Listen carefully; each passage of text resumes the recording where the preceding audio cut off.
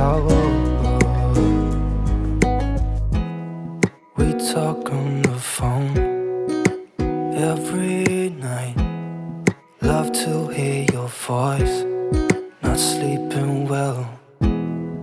Hello everyone, আসসালামু আলাইকুম। Welcome back to my channel. সবাই কেমন আছেন? আশা করছি আমার সকল ভিউয়ার্সরা ভাইয়েরা আপনারা যে যেখানে আছেন ভালো আছেন, সুস্থ আছেন। রবিবারের ভিডিও ছিল এটা, একদম ভোরবেলা মান্ড হচ্ছে রেডি হয়ে গিয়েছে, এখন হচ্ছে বাড়ি চলে যাব। হয়তো আর কয়েকদিন থাকতে পারতো, বাট ওদেরকে নিয়ে আসছে, ওদের হচ্ছে মাদ্রাসা ওপেন করে দিয়েছে, এর জন্য থাকতেও পারেনি। তো একদম ভোরবেলায় হচ্ছে মা ওনাদেরকে বিদায় দিতে হচ্ছে। এই টাইমটা তো খুবই কষ্ট লাগতেছিল, ইচ্ছা করছিল আমিও চলে যাই মার সাথে গ্রামে, বাট সেটার উপায় নেই। আর আমার দুলোভাই হচ্ছে মা ওনাদেরকে বাসে উঠিয়ে দিয়ে তারপর হচ্ছে সাভার চলে যাবে ওই পথেই। আমার মা যেহেতু ভোরবেলায় হচ্ছে চলে গিয়েছে একদম 7টারও আগে, তো ওই টাইমে হচ্ছে আয়ন হচ্ছে ঘুমিয়েছিল। ওকে যে উঠাবো ওটার খেয়ালও ছিল না। ও ঘুম থেকে উঠে হচ্ছে মা ওনাদেরকে না দেখে বলতেছিল ওরা 4জন কোথায় গেছে। দেখেন একদম প্রচণ্ড কান্নাকাটি করতেছিল। এতদিন বলতেছিল নানু আসো না কেন, আসো না কেন, ঢাকায় আসো, আমাদের ঢাকায় আসো, বেড়াতে আসো, এরকমই করতেছিল। তো হুট করে হচ্ছে মা এসে আবার চলে যাবো ভাবতেও পারেনি। ঘুম থেকে উঠে হচ্ছে প্রচণ্ড কান্নাকাটি শুরু করে দিয়েছে। ওর এই কান্নাকাটি দেখে আমারও খুব খারাপ লাগতেছিল। আগে যদি জানতাম ওই রকমের কান্নাকাটি করবো, হয়তো মা ওদের সাথে বাড়িতেও চলে যেতাম। শনিবারে যাবো? আজকে তো শনিবার, আজকে রবিবার।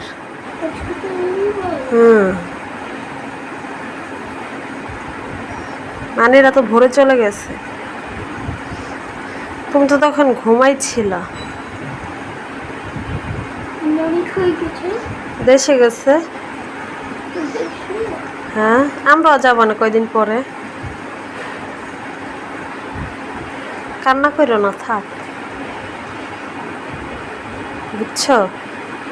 তো এরপর হচ্ছে সকালে নাস্তা পানি শেষ করে এখন হচ্ছে সংসারের টুকিটাকি কাজগুলো করে নিব। যেহেতু বাসাতে মেহমান ছিল, রুমে একদম সব কিছু অগোছালো হয়ে আছে, তার উপর তো ধুলো আছে এক্সট্রা করে। তো বিছানা এগুলো সব কিছু আমি হচ্ছে কুচকাচ করে নিচ্ছিলাম, ফার্নিচারগুলো হচ্ছে একটু ক্লিন করে নিচ্ছিলাম। আজকের বেডশিট উঠাবো না, জাস্ট এগুলোই হচ্ছে একটু ক্লিন করে নিচ্ছিলাম।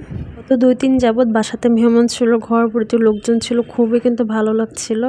ওই হুল্লার ঘর ভরা। তো তারা চলে গিয়ে একদম ঘরটাকে এখন অন্ধকার অন্ধকার লাগতেছিল, ঘরের ভিতরে আসতেও ইচ্ছে করতেছিল না। এটাই হয়তো মেয়েদের জীবন, চাইলেই হুট করে হচ্ছে বাবার বাড়ি যাওয়া যায় না, মানে কোথাও হুট করে যাওয়া যায় না এখন আর। যদি শুধু একা হতাম তাহলে থাকতে এক বিষয়, বাট এখন বাচ্চা হচ্ছে, ছোট বাচ্চা, আয়নের স্কুল আছে, তো তার জন্য যেতেও পারি না, চাইলেও ইচ্ছা করলেও যেতে পারি না।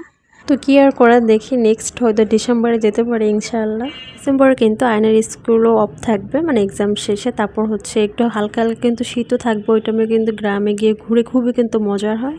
এর জন্য সবসময় কিন্তু প্ল্যান থেকে ডিসেম্বরে হচ্ছে বাড়িতে যাব, ওই টাইমে খুবই কিন্তু মজা হয়ে থাকে গ্রামে গেলে। তো যাই হোক, দেখা যাক ইনশাআল্লাহ সামনে কি হয়। তো কথা বলতে বলতে কিন্তু অনেকটাই কিন্তু টুকিটাকি কাজগুলো করে নিচ্ছিলাম এখানে। আজকে আর খুব বেশি রান্নাবান্না করবো না, রান্নাবান্না করতে একদম ইচ্ছা করতেছিল না, মনটা খুবই কিন্তু খারাপ। তো হালকা পাতলা রান্নাবান্না ওগুলো হচ্ছে আমার শাশুড়ি মাই করে নেবে, আমি হচ্ছে জাস্ট ঘর গুছানোর এই কাজগুলো করে নিচ্ছিলাম। অবশ্য সে না করলে আমাকেই করতে হতো, বাট দেখা যায় সে অনেক কাজে আমাকে হেল্প করে থাকে রান্নাবান্নার টুকিটাকি। তার জন্য কিন্তু খুব একটা প্রেশার পড়ে না আমার, যখন মন চায় করি, যখন মন চায় করিও না অনেক টাইমে। এটা কিন্তু খুবই ভালো একটা সুবিধা। এরকম আমার মতো কে কে ফাঁকিবাজি করেন বলেন তো? আমি তো প্রায় সময় হচ্ছে ঘর গোছানোর কাজ শুরু করে দেই, আর আমার শাশুড়িমা হচ্ছে রান্নাবান্নার কাজ করে থাকে। তো মোটামুটি দেখা যায় দুইজনে মিলেমিশেই করে থাকে, একজনে ঘর গুছিয়ে থাকলে আর একজন হচ্ছে রান্নাবান্না সামলায়, তাহলে কিন্তু খুব একটা প্রেশার নিজেরও পড়ে না। যাই হোক, এরপর হচ্ছে এই টেবিলটা হচ্ছে গুছিয়ে নিচ্ছিলাম। অবশ্য আয়নের জন্য খুব একটা টেবিলটা গুছানো থাকে না, ও হচ্ছে এখানে ড্রয়িং করবে, কাটাকুটি করবে, কাগজ কাটাকুটি করে এইসব করতেই থাকে, সারাক্ষণ অগোছালো করতে থাকে। বাচ্চা মানুষ যেহেতু, বাসার ভিতরে আর কি করবে বলেন। যে কয়দিন আমার ভাগনা ভাগ্নি ছিল ওদের সাথে প্রচণ্ড খেলাধুলো করেছে, বাট এখন যেহেতু ওরা নেই, এখন আর কাদের সাথে খেলবে। তো বাসার ভিতর বসে দুষ্টুমি খেলাধুলো এগুলো করে থাকে, নিজের মতো করে থাকে। তো যাই হোক, তারপর হচ্ছে ঘর জোর গুছিয়ে এখন হচ্ছে আম কেটে নিয়েছে, আম খাবো। আমি খেয়ে তারপর হচ্ছে মেয়েকে হচ্ছে একটু খাইয়ে দেবো। আবার আমটা খুবই পছন্দ করে, কলার থেকে আমটা বেশ পছন্দ করে। কলা দিলে দেখা যায় একদমই খেতে চায় না, বাট আমটা যদি একটু পিওর করে দেই ও খুব মজা করে হচ্ছে আমটা খায়, মাশাল্লাহ। তো আমগুলো হচ্ছে এভাবে হচ্ছে আমি পিওর করে তারপর হচ্ছে চামিচ দিয়ে খাইয়ে দেই।